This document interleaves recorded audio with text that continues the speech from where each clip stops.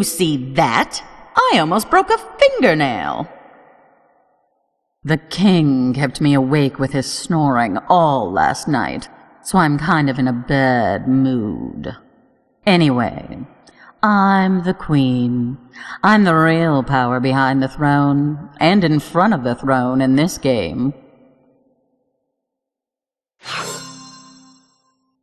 I don't just stare at myself in the mirror all day like those wimpy queens you read about in fairy tales.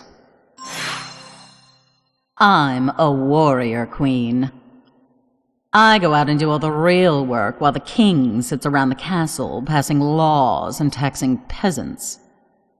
I can fight any other piece in this game and beat the stuffing out of them, despite what that egomaniac rook may have told you. In the early versions of chess, there was no queen on the chessboard. Obviously, this was a major mistake. Once I was introduced to the game, I gradually took on more power until about 1490, when I developed the ability to move in all directions as the most powerful piece on the board. I can move in a straight line in any direction over as many unoccupied squares as I desire. If anyone dares to get in my way, I blast them out of their shoes and take their place on the board. So, I essentially have the combined movement power of a rook and a bishop. I am the most effective when I have plenty of room to work in, since I can control so much territory at once.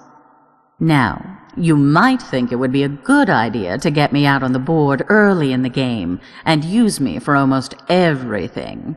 But it's not a good idea to rely too heavily on any one piece, since combinations of pieces are required for a good game. Besides, I'm also a big target when I'm out walking around alone without any protection, and you don't want to lose me if you can avoid it. Now let's talk about the pawn promotion, which is sometimes known as queening. If you manage to get one or more of your pawns all the way across the board to the 8th rank, that pawn is transformed into a more powerful piece, which is usually a queen. If you get 8 pawns across the board, you could get 8 new queens plus your original queen, although that would be pretty unusual. The original idea was that the infantry private who survived all the hazards of the battlefield had earned a promotion to an officer's rank. Of course, becoming a queen also means a sex change for the unsuspecting pawn, which may come as something of a surprise. And if I'm still on the board, the king would then have 2 or more queens, which is fine for the king.